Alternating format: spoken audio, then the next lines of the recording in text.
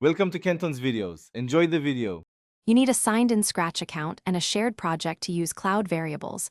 Once signed in, open your project and go to Variables. Click Make a Variable, choose the Cloud option, and pick a clear name that describes the data you will store. Use short names and avoid special characters. Once created, the variable displays with a cloud icon. This gives you the first actionable state, a live, server-backed variable that other users can read and write during play. Next, implement the read and write patterns that keep data consistent. Use setCloudVar2 to update the server, and read the variable when the project starts or when you receive a broadcast. Because Scratch enforces write limits, make sure you throttle updates, batch changes, or wait 1 second between writes to avoid errors.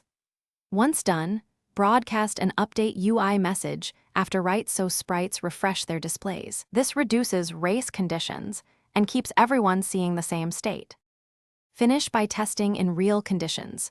Open the project in 2 sessions, then write and observe updates to confirm sync. Make sure you initialize cloud variables with sensible defaults and add retry logic. If a read returns blank or an error, wait and try again. If you hit repeated failures, check whether you reached per account or project write limits, or if Scratch is experiencing service issues. Finally, document when and why you throttle writes so collaborators don't accidentally trigger limits. Thanks for watching. Consider subscribing if we helped you.